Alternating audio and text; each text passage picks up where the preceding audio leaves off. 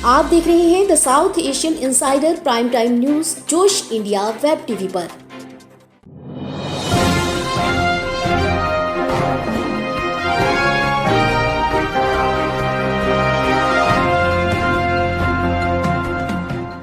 नमस्कार, आप देख रहे हैं जोश India web TV. The south Asian insider के प्राइम टाइम न्यूज बुलेटिन में देश दुनिया की तमाम बड़ी खबरों के साथ हर रोज की तरह मैं हूं गीता सक्सेना। आइए जान लेते हैं क्या है आज की हेडलाइंस। कश्मीर मसले पर बैठक के बाद पाकिस्तान की बौखलाहट, कुरैशी ने प्रधानमंत्री मोदी की बैठक को बताया एक ड्रामा। महाराष्ट्र के पूर्व गृह मंत्री अनिल देशमुख पर मनी लॉन्ड्रिंग के तहत भी कसा जाएगा शिकंजा। देशमुख के 2 सहयोगियों को किया गया गिरफ्तार। अबू धाबी में विजिटर्स के लिए कोरोना ऐप पर वैक्सीनेशन का विकल्प हटा। जानिए क्या है पूरी जानकारी। स्पेन में नए नियमों के अनुसार मास्क पहनने पर मिली छूट, लेकिन कोविड-19 से बचने के लिए अभी भी हैं लोग सतर्क। और अब पेश है खबरों का विस्तार। बीते गुरुवार को कश्मीर मसले पर प्रधानमंत्री नरेंद्र मोदी की जम्मू कश्मीर के नेताओं से हुई बातचीत के बाद नई शुरुआत का असर पाकिस्तान पर साफ तौर पर देखने को मिला, जिसे पाकिस्तानी प्रधानमंत्री इमरान खान इस संदर्भ में जहां एक तरफ निशाने पर थे, वहीं विदेश मंत्री शाह महमूद कुरैशी ने भारतीय प्रधानमंत्री पर निशाना साधते हुए उनकी ओर से बुलाई गई बैठक को एक ड्रामा करार दिया। प्रधानमंत्री नरेंद्र मोदी की जम्मू कश्मीर के राजनीतिक दलों के प्रतिनिधियों से हुई बातचीत ने पाकिस्तान में बौखलाहट पैदा कर दी है। खास तौर पर प्रधानमंत्री इमरान खान इस संदर्भ में निशाने पर रहे। पाकिस्तानी विपक्षी दलों ने इमरान सरकार पर निशाना साधा है, जिससे उनकी घरेलू मुश्किलें भी बढ़ने के संकेत हैं। कश्मीर पर प्रधानमंत्री मोदी के साथ केंद्र शासित प्रदेश के सभी प्रमुख राजनीतिक दलों की वार्ता को लेकर पाकिस्तान के सारे समाचार पत्रों ने एक स्वर में लिखा है कि पाकिस्तान अलग थलग पड़ता जा रहा है। यही नहीं, पाकिस्तान के टीवी चैनलों में भी पिछले 3 दिनों से इसी मुद्दे पर परिचर्चा हो रही है और इसमें विपक्षी दल व विशेषज्ञ एक सुर से इमरान सरकार को दोषी ठहरा रहे हैं।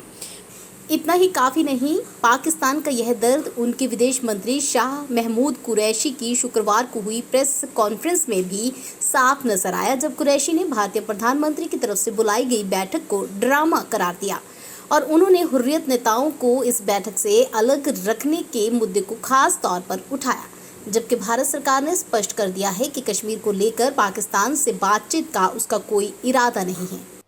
महाराष्ट्र के पूर्व गृह मंत्री अनिल देशमुख पर फिलहाल पद का दुरुपयोग करते हुए भ्रष्टाचार में लिप्त होने का मामला दर्ज है, लेकिन अब एक बड़ी रकम के लेन देन को लेकर जल्दी ही उन पर मनी लॉन्ड्रिंग के तहत भी शिकंजा कसे जाने के संकेत मिल रहे हैं।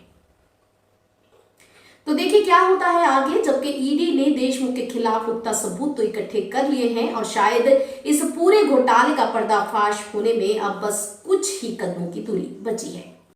शुक्रवार रात गिरफ्तार किए गए देशमुख के 2 सहयोगियों कुंदन शिंदे और संजीव पलांडे पर ईडी ने पीएमएलए एक्ट के तहत मामला दर्ज किया है। माना जा रहा है कि यदि ईडी के सामने मंगलवार को पेश होने जा रहे अनिल देशमुख ईडी के सवालों के संतोषजनक जवाब देने में असफल रहे, तो एक बड़ी राशि के लेन देन के मामले में उनके विरुद्ध भी इन्हीं धाराओं के तहत मामला दर्ज कर कार्रवाई की जा सकती है। बता दें कि अनिल देशमुख पर शिकंजा कसने के लिए ईडी एक कदम फूंक कर रख रही है। ईडी के अधिकारी 2 बार तलोजा जेल में बंद सचिन वाजे से मिलकर उनका बयान दर्ज कर चुके हैं। वाजे ने स्वयं एनआईए कोर्ट को लिखे अपने हस्तलिखित पत्र में आरोप लगाया था कि देशमुख ने उसे अपने सरकारी आवास पर बुलाकर हर महीने बार एवं रेस्टोरेंट से 100 करोड़ रुपए वसूल करने का टारगेट दिया था। ईडी ने 25 जून 2021 को अनिल देशमुख के करीबी एवं परिवार के सदस्यों द्वारा परोक्ष रूप से नियंत्रित की जाने वाली यह 6 कंपनियों के डायरेक्टरों एवं शेयर धारकों के मुंबई, नागपुर, अहमदाबाद आदि के 6 ठिकानों पर छापे मारे और कई लोगों के बयान दर्ज किए हैं एवं उन कंपनियों से पैसों का अनाधिकृत लेन देन करवाने में अनिल देशमुख के बेटे ऋषिकेश देशमुख की महत्वपूर्ण भूमिका भी सामने आई है। माना जा रहा है कि एक बार देशमुख पर शिकंजा कसने के बाद प्रवर्तन निदेशालय ऋषिकेश देशमुख सहित अनिल देशमुख के अन्य सहयोगियों से भी पूछताछ शुरू कर सकती है। संयुक्त अरब अमीरात की राजधानी अबू धाबी में विजिटर्स के लिए कोरोना ऐप पर वैक्सीनेशन का विकल्प हटा दिया गया है। हालांकि अबू धाबी स्वास्थ्य सेवा कंपनी द्वारा संचालित एक हॉटलाइन ने पिछले हफ्ते ही कहा था कि विजिटर कोरोना वैक्सीन के पात्र हैं। आइए जान लेते हैं क्या है पूरी जानकारी। बता दें कि सेहा अमीरात के स्वास्थ्य बुनियादी ढांचे का संचालन करती है। जारी किए ताज़ा बयान में सेहा की तरफ से कहा गया कि अबू धाबी द्वारा जारी वीज़ा वाले विजिटर टूरिस्ट वीज़ा के लिए पात्र हैं। वे इस ऐप पर जाकर फ्री वैक्सीन लेने के लिए एंट्री करवा सकते हैं, जहां पर विजिटर्स के लिए अलग से कॉलम दिखाई देगा। बता दें कि पहले संयुक्त अरब अमीरात नागरिकों और रेजिडेंसी वीज़ा धारकों के लिए वैक्सीनेशन प्रतिबंधित थी। गौरतलब है कि अबू धाबी मीडिया कार्यालय की तरफ से विजिटर्स के वैक्सीनेशन की पात्रता को लेकर कोई जवाब नहीं दिया गया है। हालांकि गुरुवार को एक बयान जारी करते हुए कहा गया था कि टीके उनके लिए उपलब्ध हैं जिनके पास एक्सपायर्ड रेजिडेंसी वीज़ा या एक्सपायर्ड एंट्री वीज़ा है। इसमें वैध विजिटर और विजिट धारक शामिल नहीं हैं।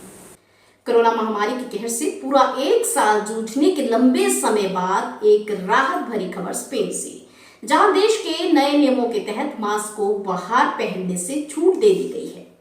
स्पेन को एक साल से अधिक समय में जब पहली बार मास्क से राहत मिली तो पार्क में टहलते ये शनिवार को समुद्र तट की यात्रा के लिए निकले लोग बिना मास्क के बेहद खुश नजर आए। लेकिन कुछ लोग कोविड-19 से सतर्क रहते हुए चेहरे पर मास्क लगाए हुए दिखाई दिए।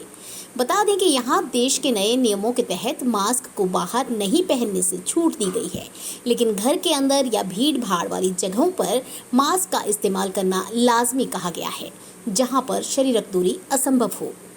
आप देख रहे थे द साउथ एशियन इनसाइडर के प्राइम टाइम न्यूज बुलेटिन में आज की कुछ बड़ी और बेहद खास खबरें जोश इंडिया वेब टीवी पे गीता के साथ। कल नई और ताजा अपडेट्स के साथ फिर से मुलाकात होगी, तब तक के लिए मुझे दीजिए इजाजत। धन्यवाद।